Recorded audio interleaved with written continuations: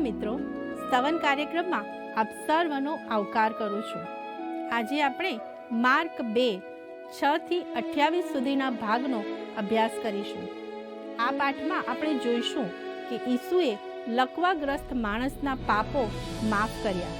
તેથી શાસ્ત્રીઓએ તેમના વિશે મનમાં પ્રશ્ન ઊભા કર્યા, પરંતુ ઈસુએ તેમના વિચારો જાણીને પોતાની દિવ્ય સત્તા સાબિત કરી.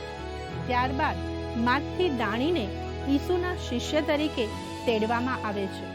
તે પ્રસંગ તેમજ ઈસુ દાણીઓ અને પાપીઓ સાથે ભોજન કરે છે તે વિશે જોઈશું.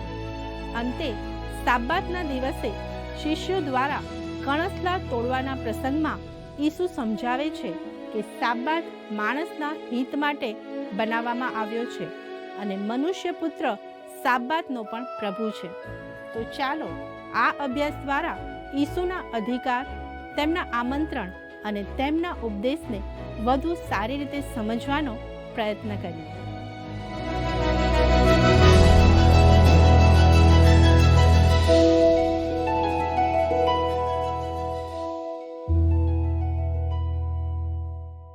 કેમ છો મિત્રો? મને ખાતરી છે કે માર્કની સુવાર્તાનો અભ્યાસ આપના આત્મિક જીવનમાં લાભદાયી બનતો હશે. જો તમારી પાસે પવિત્ર પુસ્તક બાઇબલ છે તો તમે નવા કરારમાં માર્કની સુવાર્તાનો 2 અધ્યાય ખુલ્લો રાખશો. આવો માર્ક 2 તેની 6ઠી અને 7મી કલમ વાંચીએ. પણ કેટલાયક શાસ્ત્રીઓ ત્યાં બેઠા હતા. તેઓ પોતાના હૃદયોમાં વિચારતા હતા કે આ માણસ આવી રીતે કેમ બોલે છે? એ તો દુર્ભાષણ કરે છે. એક એટલે દેવ, તે વિના પાપની માફી કોણ આપી શકે? મિત્રો, આ લોકો કે જેઓ ઈસુ ખ્રિસ્તની વિરુદ્ધ વિચારે છે તેઓ તેમના પ્રથમ પ્રશ્નમાં સાચા છે, પરંતુ બીજા પ્રશ્નમાં ખોટા છે. આજે ખૂબ સારા કૃત્યો કરનારની લોકો નિંદા કરતા હોય છે. ઈસુ ખ્રિસ્ત ઈશ્વર પુત્ર અને દેવ છે, માટે તે આપણા પાપોની માફી આપી શકે છે. મિત્રો, કોઈ પણ ન્યાયાધીશને કોઈ ગુનેગારને એમ જ છોડી દેવાનો અધિકાર નથી. મિત્રો, તેમનું કાર્ય કાયદાનો અમલ કરાવવાનું છે. ઈશ્વર આ સમગ્ર સૃષ્ટિના શાસક છે અને તેમણે પોતાના કાયદાઓનું સમર્થન કરવું જ પડે. ઈશ્વર કાયદા વિરુદ્ધ વર્તી શકતા નથી, કારણ કે તેઓ ન્યાયી ઈશ્વર છે. તેમણે કાયદાઓ બનાવ્યા છે, તેથી તેઓ પોતે પણ તે કાયદાઓનું પાલન કરે છે અને તેમના કાયદાઓ અચળ છે. તેમાં કોઈ ફેરફાર થતો નથી અને તે કાયદાઓ અનુસાર તમે અને હું ઈશ્વર સમક્ષ દોષિત છીએ. આપણને આપણા પાપોની માફીની જરૂર છે. ઈશ્વર આપણને પાપ માફ કરે છે, પરંતુ આપણે ક્યારેય એવી ભૂલ ન કરવી જોઈએ કે તેઓ માત્ર દયાળુ હોવાથી માફ કરે. તેઓ આપણને માફ કરે છે કારણ કે ખ્રિસ્તે આપણા પાપોની સજા ચૂકવી છે. પ્રભુ ઈસુ નિંદાત્મક વાતો કરતા ન હતા. તેઓ ઈશ્વર છે અને તેઓ પાપોને માફ કરી શકતા હતા, કારણ કે તેઓ તમને અને મને અને પક્ષઘાતી માણસને પણ ઉદ્ધાર આપવા આ પૃથ્વી પર આવ્યા હતા. 8મી કલમ જણાવે છે, અને તેઓ પોતાના મનમાં એમ વિચારે છે. એ ઈસુએ પોતાના આત્મામાં તરત જાણીને તેઓને કહ્યું કે તમે તમારા હૃદયોમાં એવા વિચાર કેમ કરો છો? મિત્રો, આ માણસોએ કંઈ કહ્યું નહીં, પરંતુ તેઓ પોતાના હૃદયમાં આ બાબતોનો વિચાર કરતા હતા. પણ ઈસુ તેઓના હૃદયના વિચારો જાણતા હતા અને તેમને બહાર લાવવાનો પ્રયત્ન કર્યો. પરંતુ આ લોકોનો અગાઉ પણ પ્રભુ ઈસુ સાથે સામનો થયો હતો અને દરેક વખતે તેઓ તેમના જવાબો આપી શકતા ન હતા. તેથી તેમણે વિચાર્યું કે આ સમયે ચૂપ રહેવું જ સારું છે અને તેઓ ચૂપ રહ્યા. ત્યાર પછી પ્રભુ ઈસુએ તેમને શું કહ્યું? આવો 9મી કલમ વાંચીએ. આ બેમાંનું વધારે સહેલું કયું છે? એટલે પક્ષઘાતીને એમ કહેવું કે તારા પાપ તને માફ થયા છે, અથવા એમ કહેવું કે ઉઠ ને તારો ખાટલો ઉચકીને ચાલ. વાલા મિત્રો, આ લોકો સ્તબ્ધ થઈ જાય છે કે અમે કંઈ બોલ્યા નથી, તો ઈસુ ખ્રિસ્તને કેવી રીતે અમારા વિચારોની ખબર પડી ગઈ? પરંતુ તેઓ ચૂપ રહ્યા હોવા છતાં પ્રભુ ઈસુ તેમની સાથે વ્યવહાર કરવા જઈ રહ્યા છે. તેઓ જાણતા હતા કે તેમના મનમાં શું હતું. યોહાન 2:25 લખ્યું છે, અને માણસ વિશે કોઈ શાહેદી આપે એવી તેને અગત્ય ન હતી, કેમ કે માણસમાં શું છે એ તે પોતે જાણતો હતો. હવે પ્રભુ ઈસુ ખરેખર તેમને એક મુશ્કેલ સ્થિતિમાં મૂકે છે. આ માણસના પાપોને માફ કરવું વધુ સરળ છે કે તેને ઊભો કરીને ચાલતો કરવો સરળ છે? ભલે તેમણે જવાબ આપ્યો નહીં, પરંતુ મને ખાતરી છે કે તેઓ કહેતા કે એક કરવું જેટલું અશક્ય છે તેટલું જ બીજું કરવું પણ અશક્ય છે. બંનેમાંથી કંઈ પણ માત્ર ઈશ્વર જ કરી શકે. આ જવાબ સાચો છે, અને તેથી જ પ્રભુ ઈસુએ તે માણસને કહ્યું કે ઉઠ, તારી પથારી ઉચકીને તારે ઘેર જા. આવો માર્ક 2:10-11 કલમ વાંચીએ. પણ માણસના દીકરાને પૃથ્વી પર માફ કરવાનો અધિકાર છે, એમ તમે જાણો. માટે પક્ષઘાતીને તે કહે છે, હું તને કહું છું કે ઉઠ, તારો ખાટલો ઉચકીને તારે ઘેર ચાલ્યો જા.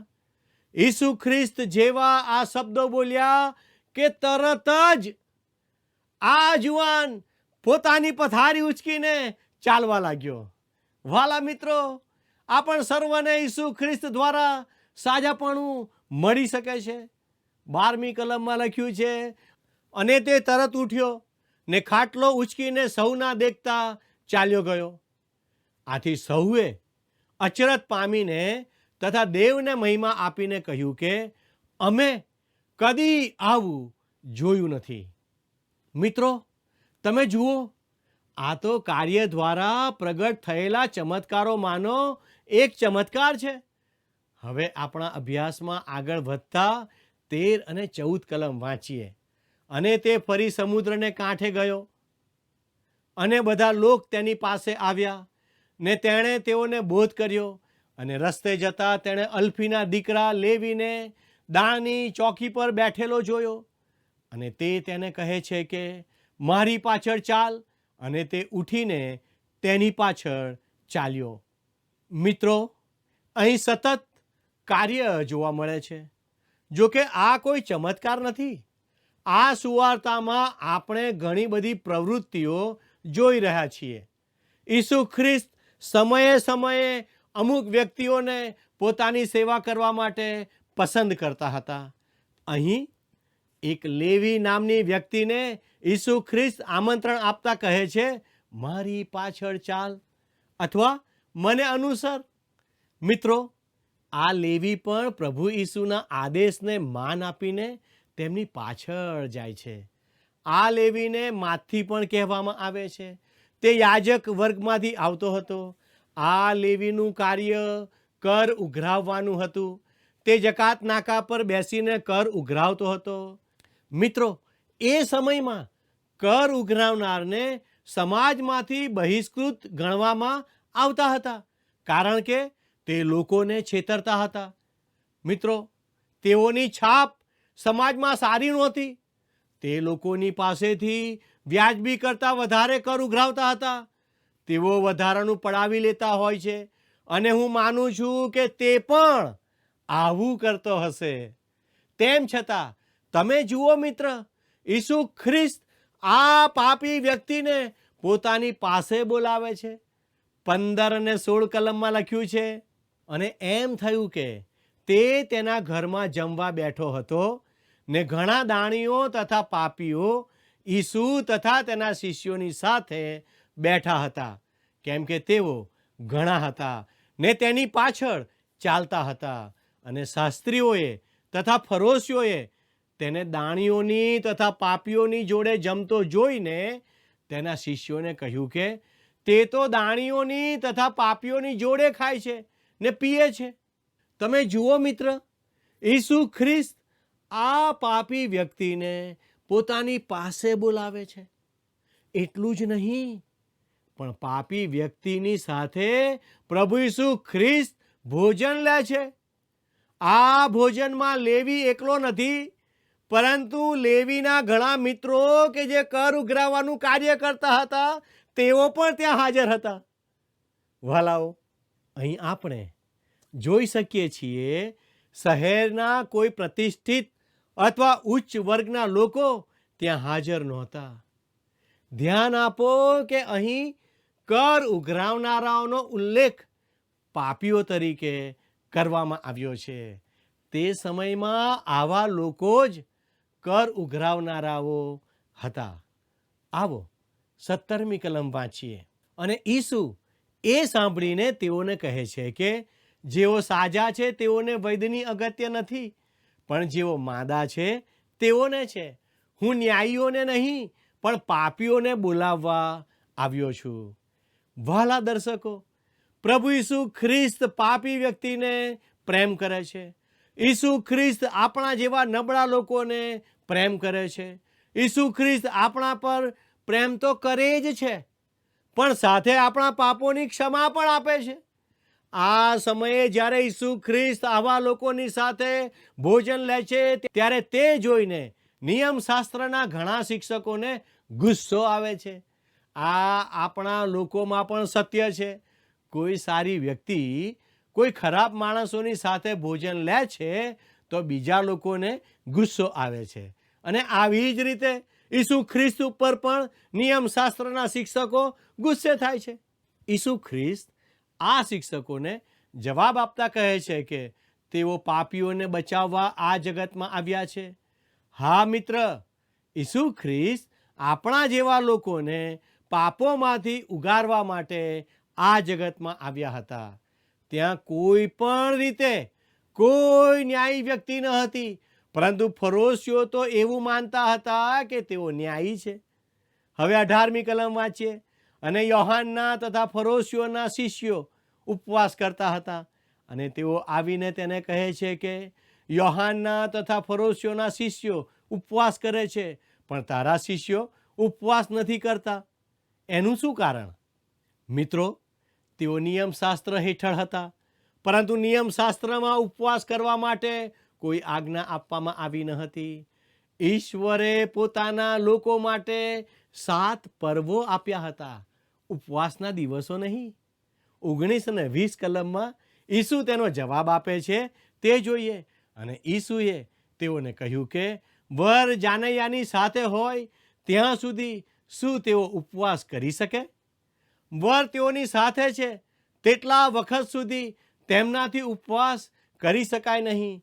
પણ એવા દિવસ આવશે કે જ્યારે વર તેઓની પાસેથી લઈ લેવાશે, ત્યારે તે દિવસે તેઓ ઉપવાસ કરશે.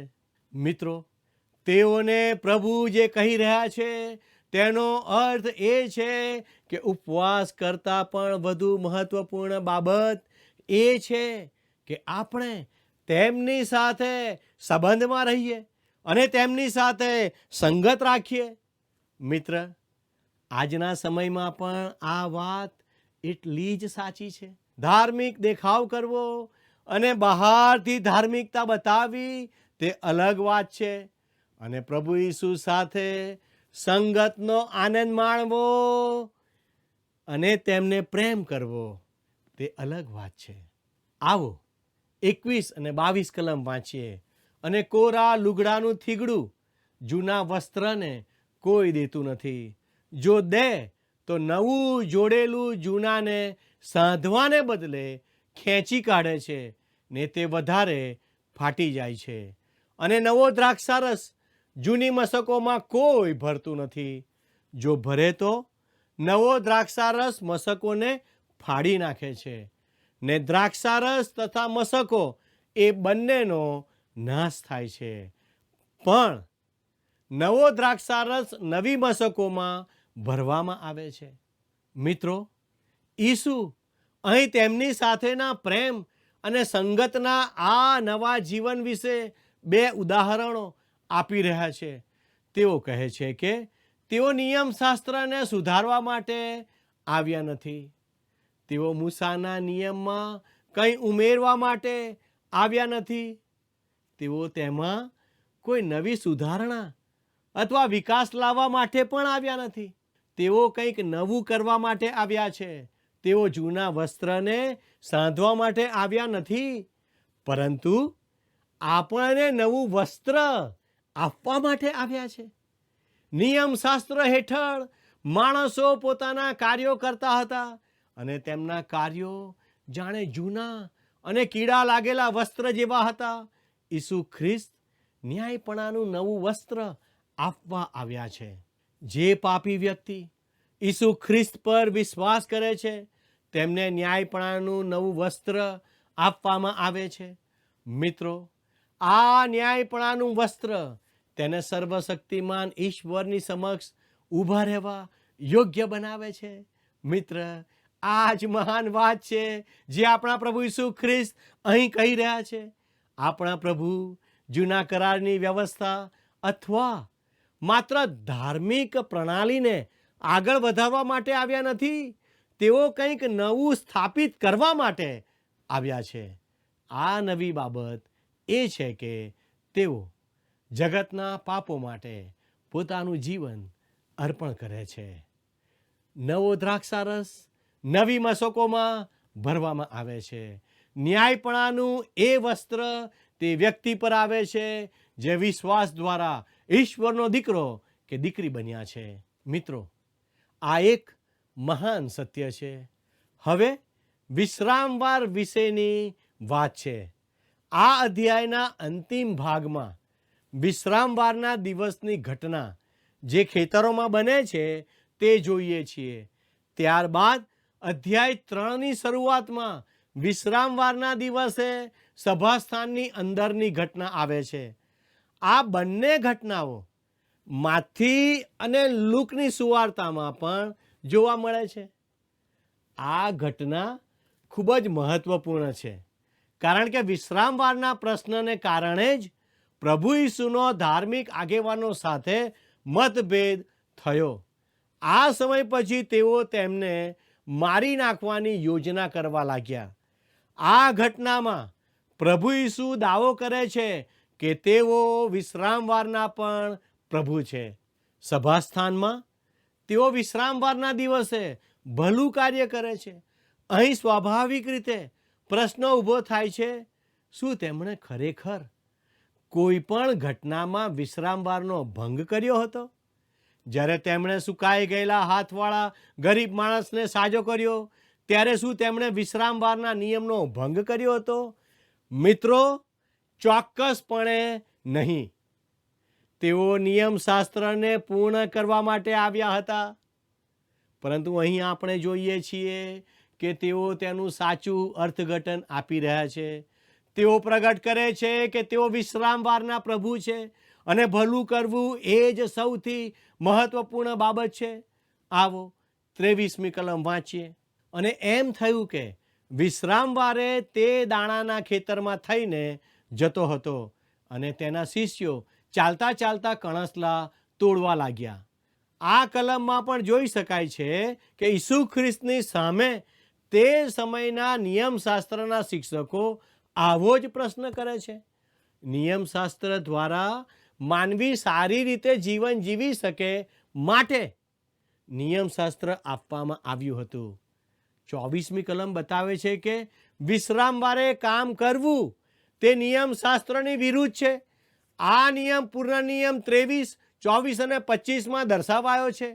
આ નિયમોનું દરેક વર્ણન પોતાની રીતે અર્થઘટન કરતી હતી. મિત્રો, સાચી રીતે જો આ નિયમનું અર્થઘટન કરવામાં આવે તો જો કોઈ દાતરડું પકડે તો જ પાક લણે છે એમ કહેવાય. આવું તો ઈસુ ખ્રિસ્તના શિષ્યોએ કર્યું ન હતું. જો તેઓએ દાતરડું વાપર્યું હોત તો તે કાપણી કરવી ગણાત. પરંતુ ફરોશીઓએ પોતાની રીતે નિયમનું અર્થઘટન કરી લીધું હતું અને તેથી તેઓ આ કાર્યને નિયમનો ભંગ ગણાવતા હતા. હવે 24 અને 25 કલમ જોઈએ. અને ફરોશીઓએ તેને કહ્યું કે જો વિશ્રામવારે જે ઉચિત નથી તે તેઓ કેમ કરે છે? અને તેણે તેઓને કહ્યું કે દાઉદને અગત્ય હતી ને તે તથા તેના સાથીઓ ભૂખ્યા હતા ત્યારે તેણે શું કર્યું એ તમે કદી નથી વાંચ્યું? અહીં પ્રભુ ઈસુ ખ્રિસ્ત ધર્મ શિક્ષકોના પ્રશ્નોના જવાબમાં દાઉદનો ઉલ્લેખ કરે છે અને દાઉદ રાજાએ વિશ્રામવારનું ઉલ્લંઘન કર્યું હતું તે યાદ દેવડાવે છે. વિશ્રામવાર માણસના ભલા માટે આપવામાં આવ્યો હતો. માણસને વિશ્રામવાર માટે બનાવવામાં આવ્યો નથી. વિશ્રામવારને પવિત્ર દિવસ તરીકે ગણવામાં આવતો હતો અને એ દિવસે કોઈ વ્યક્તિએ કામ ના કરવું એવું ઠરાવવામાં આવ્યું હતું. વિશ્રામવાર માણસના ભલા માટે બનાવવામાં આવ્યો છે. 26 થી 28 કલમ જણાવે છે, એટલે અબ્યાથાર મુખ્ય યાજક હતો ત્યારે દેવના ઘરમાં પેસીને જે અર્પેલી રોટલીઓ યાજકો સિવાય કોઈને ખાવાને ઉચિત નથી તે તેણે ખાધી, તેમજ તેના સાથીઓને પણ આપી. અને તેણે કહ્યું કે વિશ્રામવાર માણસને અર્થે થયો, માણસ વિશ્રામવારને અર્થે નહીં. માટે માણસનો દીકરો વિશ્રામવારનો પણ પ્રભુ છે. મિત્રો, સાબાતના દિવસ અને તેના અર્થને સમજવા માટે આ એક મહાન સિદ્ધાંત છે. નિયમશાસ્ત્ર ખરેખર મનુષ્ય માટે આપવામાં આવ્યું હતું. મનુષ્ય સાબાત માટે બનાવવામાં આવ્યો ન હતો. બીજો એક મહાન સિદ્ધાંત એ છે કે પ્રભુ ઈસુ સાબાતના પ્રભુ છે. આ બંને બાબતો ખૂબ જ મહત્વપૂર્ણ છે. યાદ રાખો મિત્ર કે સાબાતના દિવસને લગતી જૂની મૂસાની નિયમ વ્યવસ્થાના હેઠળ આપણે નથી, કારણ કે સાબાતનો નિયમ ઇઝરાયેલ દેશ અને ઈશ્વર વચ્ચે થયેલા કરારનો એક ભાગ હતો, જે નિર્ગમન 31:12-17 છે. ખેતરમાં બનેલી આ સાબાતની ઘટના અને અધ્યાય 3ની શરૂઆતમાં દર્શાવવામાં આવેલી સાબાતની ઘટના એકબીજા સાથે સંબંધિત છે અને તેને સાથે સમજવી જોઈએ.